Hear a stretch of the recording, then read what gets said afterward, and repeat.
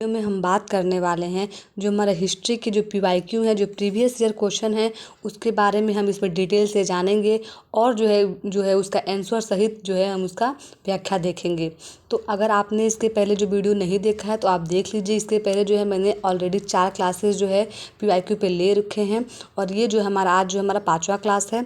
तो इस तरीके से जो है हम 2015 से लेके और 2024 तक टिल एग्ज़ाम तक जितने भी पीवाईक्यू हैं उसको जो है हम कवर करने वाले हैं। तो आज का जो हमारा टॉपिक है वो 2016 के जो पीवाईक्यू है उसमें जो है, उसके बाद नेक्स्ट वीडियो में जो है हम 2016 की बची हुई पीवाईक्यू को देखेंगे और इस तरीके से हर क्लास में एक आगे बढ़ते हुए हम 2024 तक के पीवाईक्यू को सॉल्व करेंगे। तो चलिए हम शुरू करते हैं। आज का जो अपना पहला क्वेश्चन है वो हम देखते हैं। ये जो हमारा जो है 2016 का पेपर है, तो इसमें जो सबसे पहला है हमारा क्वेश्चन है वो है कि भूमिपुत्रवाद का सिद्धांत किससे संबंधित है। यानी कि जो भूमिपुत्र है इसका सिद्धांत है किससे संबंधित है। ए है राष्ट्रवाद, बी है क्षेत्रवाद, सी है पर्यटन और डी है आपका उद्योगवाद। तो ये जो हमारा इसका जो राइट आंसर है वो है हमारा क्षेत्रवाद। यानी कि जो आपका जो भूमिपुत्रवाद है उसका सिद्धांत जो है वो क्षेत्रवाद से संबंधित है, जो हमारा सामंतवाद का ही एक रूप है।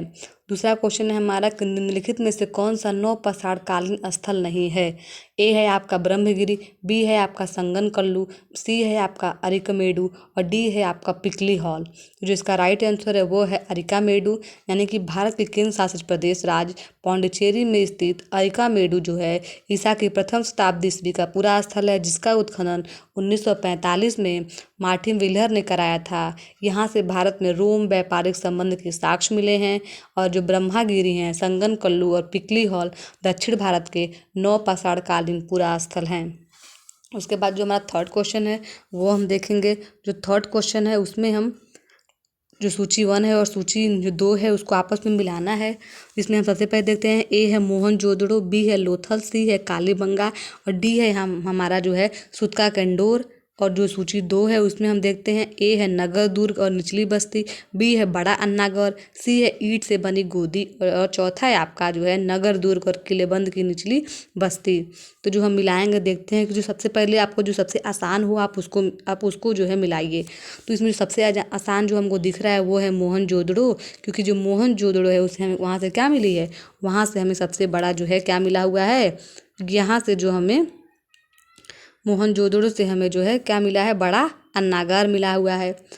उसके बाद हम देखते हैं कि जो लोथल है तो लोथल से हमें क्या मिला है, ईंट से बनी गोदी मिली है। यानी कि गोदी का मतलब ये हुआ कि वहाँ डकयार्ड के नाम से है। और फिर जो हमारे देखा कालीबंगा से नगर दुर्ग की निचली बस्ती और डी जो हमारा है जो सुतका गंडोर है उससे हमें नगर दुर्ग और किलेबंद की जो निचली बस्ती है उसके बारे में जानकारी मिलती है।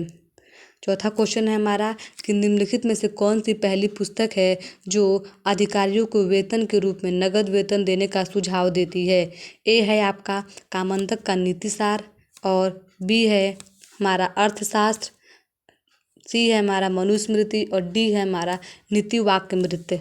जो इसका राइट आंसर है वो है हमारा अर्थशास्त्र। यानी कौटिल्य का जो अर्थशास्त्र है जो मौर्यकालीन शासन पद्धति के अध्ययन हेतु महत्वपूर्ण पुस्तक है। इसमें सर्वप्रथम जो है अधिकारियों को वेतन नगद में देने का सुझाव दिया गया है। इस पुस्तक के अनुसार उच्च स्तर अधिकारियों को जो हमारा है 48,000 पड़ तथा निम्न स्तर कर्मचारियों को 60 पड़ वेतन जो है मिलता था। नेक्स्ट हम देखेंगे कि सामान्य रूप से किसके सिक्कों के पृष्ठ के भाग पर हमें अंकित चिन्ह अग्रभाग पर दिए राजा के नाम के मेल खाते हैं। तो जो है ए है अर्जुना, जो हमारा है अर्जुनायन, बी है मग, सी है मालव और डी है आपका पंचाल। तो डी जो है उसका आंसर होगा पांचाल।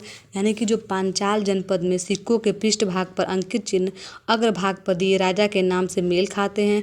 पंचाल, मालव इत्यादि गणराज्यों के इतिहास इनके सिक्कों के आधार पर लिखा गया है। जो 6वां क्वेश्चन है वो है हमारा कि निम्नलिखित में से कौन सा ग्रंथ तमिल व्याकरण से संबंधित है। तो ए है आपका आहनानूर, बी है कुरल, सी है तोलकाप्पियम और डी है आपका पद्रुपत्तु। जो इसका राइट आंसर है वो हमारा है तोलकाप्पियम। यानी कि जो संगमकालीन व्याकरण ग्रंथ है तोलकाप्पियम की रचना तोलकाप्पियर ने सूत्र शैली में किया था। यह ग्रंथ जो है द्वितीय संगम की एकमात्र सुरक्षित रचना है। इस व्याकरण ग्रंथ में हमें 8 प्रकार के विवाहों का जो वर्णन मिलता है। नेक्स्ट क्वेश्चन है हमारा कि अशोक के रोमनदेही स्तंभ अभिलेख के संबंध में निम्न में से कौन सा कथन सही है।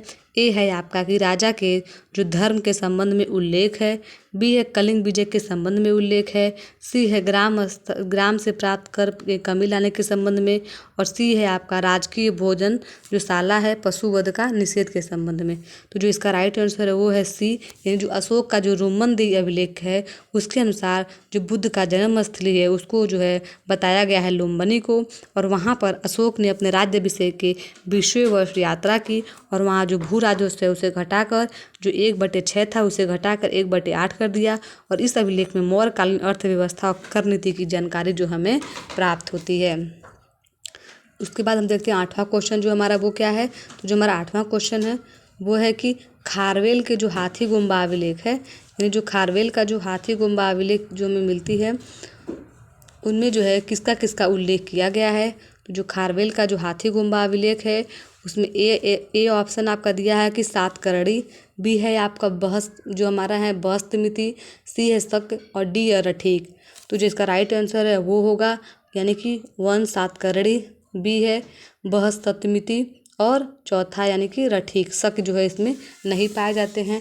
उड़ीसा प्रांत के पुरी जिले में स्थित हाथी गुम्बा से प्राप्त अभिलेख के अनुसार कलिंग नरेश खारवेल ने अपने अभिषेक के दूसरे वर्ष में सातकर्णी, चौथे वर्ष में रठीक और 12वें वर्ष में मगध नरेश बृहस्पतिमती को हराया था। जो हमारे बृहस्पतिमित थे उनको भी पराजित किया था। इसकी जानकारी जो है हमें खारवेल के हाथी गुम्बा अभिलेख से मिलती है। जो हमारा 9वां क्वेश्चन है कि निम्न में से कौन सी मुद्रा से संबंधित है। ए है आपका निर्वर्तन, बी है मरतुर, सी है द्रह्म और डी है आपका गोचर्म। तो जो इसका राइट आंसर वो है द्रह्म। द्रह्म में 16 पड़ के मूल्य का चांदी एक प्राचीन सिक्का था। मुसलमानों के आक्रमण से पूर्व इसका व्यवहार विशेष रूप से था। लीलावती की पुस्तक में प्रश्न आदि निकालने से इसी का प्रयोग किया गया है। यानी इस क्वेश्चन पूछा है कि इनमें से मुद्रा से संबंधित शब्द कौन सा है। तो जो मुद्रा से संबंधित शब्द है उसका नाम है द्रह्म। क्या नाम है? द्रह्म। 10वां क्वेश्चन है हमारा कि निम्न में से कौन सी मंदिर ईंटों से निर्मित है। ए है खजुराहो का लक्ष्मण मंदिर, बी है सिरपुर का लक्ष्मण मंदिर, सी है भुवनेश्वर का लिंगराज मंदिर और डी है आपका कश्मीर का मार्तंड मंदिर। जो इसका राइट आंसर है वो है सिरपुर का लक्ष्मण मंदिर। जो सिरपुर का जो लक्ष्मण मंदिर है वो छत्तीसगढ़ में महानदी के तट पर स्थित एक पुरातात्विक स्थल है। सोमवंशी नरेशों द्वारा निर्मित ईंटों से बनी हुई प्राचीन लक्ष्मण मंदिर है। 11वां है निम्न में से किसने अजमेर में सरस्वती मंदिर नामक एक शिक्षण संस्था की स्थापना की थी। एक है वाकपति राज, बी है आपका दुर्लभ राज, सी है आपका विग्रह राज और डी है आपका पृथ्वीराज। तो जो इसका राइट आंसर है वो है आपका विग्रह राज। चौहान वंशी शासक विग्रह राज ने अजमेर में सरस्वती मंदिर नामक संस्कृत शिक्षण संस्थान की स्थापना की थी। साथ ही अन्नागढ़ झील का जो है निर्माण करवाया था। यानी कि जो अजमेर के जो सरस्वती मंदिर है वो एक शिक्षण संस्थान थी और उसकी स्थापना जो है जो हमारे पृथ्वीराज वंश जो हैं उनके जो वंश के जो थे राजा जिनका नाम था विग्रह राज उनके द्वारा कराई गई थी। जो 12वां क्वेश्चन है हमारा कि जो शैलेंद्रों के द्वारा जो निर्मित स्तूप है उसे किस जगह स्थित है। ए है अनुराधापुर, बी है आपका बोरोबुदुर, सी है आपका अंकोर वाट और डी है आपका अंकोर थोम। तो जो इसका राइट आंसर है वो है बोरोबुदुर। यानी कि जो शैलेंद्र के द्वारा जो भी स्तूप बनवाए गए हैं वो इंडोनेशिया के जावा स्थित जो महायान बौद्ध स्तूप है वहाँ बनवाए गए हैं। इसका निर्माण जो है 9वीं शताब्दी में शैलेंद्र शासक जो हैं उनके द्वारा किया गया था। इस विहार की बनावट जवाई बुद्ध स्थापत्य कला के अनुरूप है जो इंडोनेशिया के स्थानीय पंथ के पूर्वज है और बौद्ध अवधारणा निर्माण के मिश्रित रूप हैं। जो हमारा 13वां क्वेश्चन है वो है कि इनमें से किसने परम सौगात की उपाधि प्राप्त की थी। ए है भास्कर वर्मन, बी है हर्ष, सी है आपका राज्यवर्धन और सी है शशांक। तो जो इसका राइट आंसर है वो है राज्यवर्धन। यानी कि हर्षवर्धन के जो बड़े भाई थे जिनका नाम था राज्यवर्धन ने परम सौगात की उपाधि प्राप्त की थी। इनकी हत्या गौड़ नरेश शशांक ने धोखे से कर दी और राजवर्धन की हत्या के पश्चात हर्ष ने ही थानेश्वर राज का एकमात्र उत्तराधिकारी था और जो है हर्षवर्धन ने भी शशांक को मारकर और जो अपने भाई का बदला लिया था।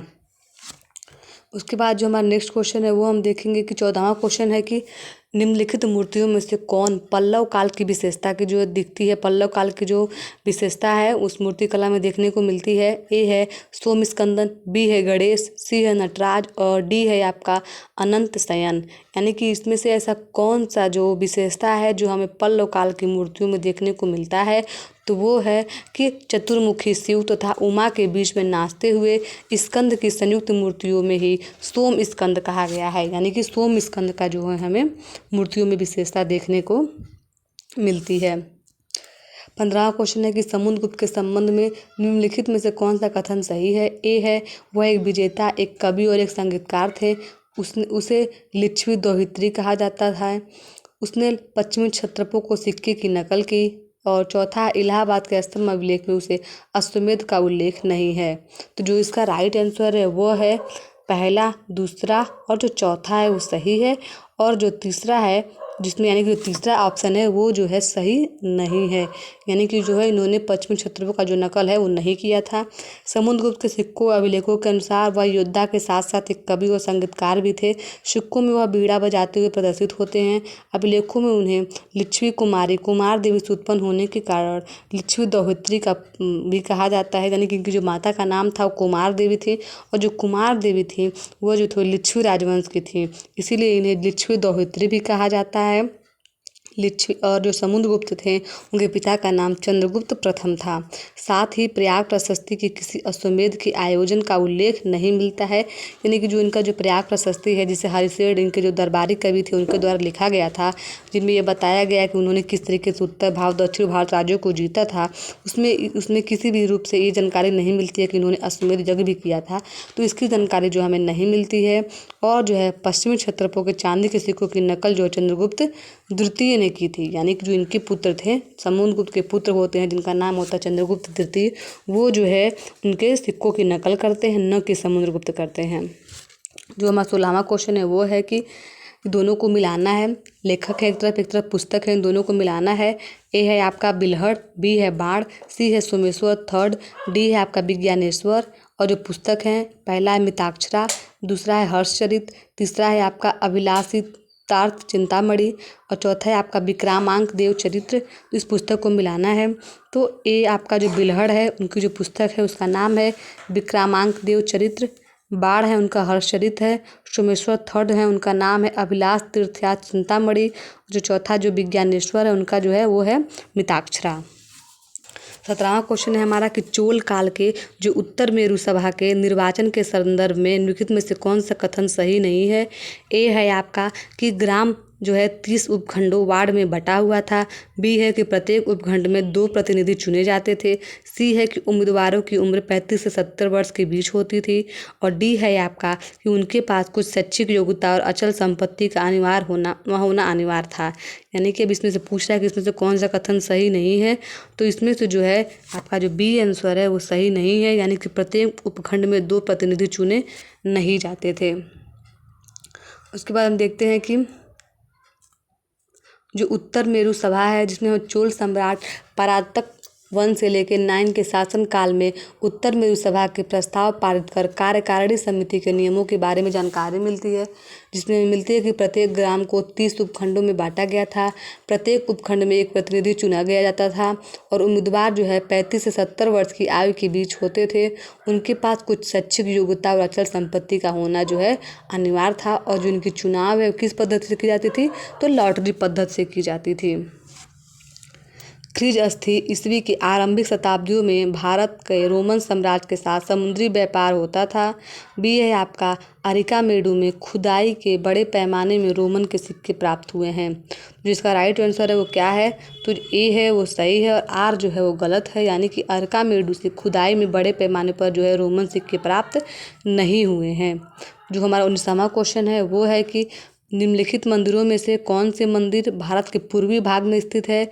ए है आपका सूर्य मंदिर कोणार्क, बी है मीनाक्षी मंदिर मदुरई, सी है आपका पद्मनाभ स्वामी मंदिर जो है तिरुवनंतपुरम में है, डी है आपका जगन्नाथ मंदिर पुरी में। तो जो इसका जो राइट आंसर है यानी कि कौन सा मंदिर जो है भारत के पूर्वी भाग में स्थित है? तो ये हमको जानते हैं कि जैसा सूर्य मंदिर है कोणार्क यानी उड़ीसा में। और उसके बाद जो हमारा जो है, क्योंकि ये मीनाक्षी मंदिर तो तमिलनाडु में पाया जाता है, और ये तिरुवनंतपुरम में जो पाया तो केरल में पाया जाता है। और डी है आपका जो है जगन्नाथ मंदिर पुरी में, ये भी जो है आपका उड़ीसा में, यानी ये जो दोनों मंदिर है आपके उड़ीसा में पाए जाते हैं और ये हमारे पूर्वी भारत भाग में स्थित हैं। चचनामा और बाबरनामा क्रम से किस भाषा में लिखे गए हैं? तो जो चचनामा है वो अरबी भाषा में लिखा गया है, और जो हमारा बाबरनामा है वो किस भाषा में लिखा गया है? तो तुर्की भाषा में लिखा गया है। उसके बाद जो हमारे 21वां क्वेश्चन है वो हम देखते हैं कि निम्नलिखित में से किस सूफी ने लल्लदेद को अपना आध्यात्मिक गुरु स्वीकार किया था? एक है शेख नूर अलुद्दीन, बी है सैयद सैफ अलदीन, सी है आपका मीर सैयद अली हमदानी, डी है आपका मीर सैयद मोहम्मद हमदानी। जो इसका राइट आंसर है वो है शेख नूर अलदीन जो है इसके राइट आंसर हैं। शेख बहाउद्दीन जकारिया किस संप्रदाय से संबंधित हैं? ए है सुहरावर्दी सिलसिला, बी है ऋषि सिलसिला, सी है चिश्ती सिलसिला और डी है फिरदौसी सिलसिला। तो जो इसका राइट आंसर है, यानी कि जो शेख बहाउद्दीन जकारिया थे वो जो थे वो सुहरावर्दी सिलसिला से संबंधित थे। 23वां है हमारा, निम्नलिखित में से कौन तुर्कान चहलगानी के साथ जुड़ा हुआ नहीं था?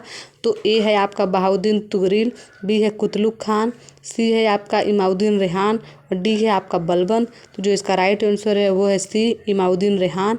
बहाउद्दीन, देखिए इसके व्याख्या में लिखा हुआ है कि बहाउद्दीन तुगरिल, कुतलुक खान, बलबन जो है तुर्कान चहलगानी के सदस्य थे, जबकि इमाउद्दीन रेहान 1 वर्ष के लिए 1253 में नसरुद्दीन महमूद का नाइब बना था। बाद में उसे हटाकर बलबन ने पुनः नाइब का पद दिया गया और अंततः बलबन ने अपनी कूटनीति से दिल्ली सल्तनत को क्या कर लिया, जो है हस्तगत कर लिया, यानी कि हथिया लिया।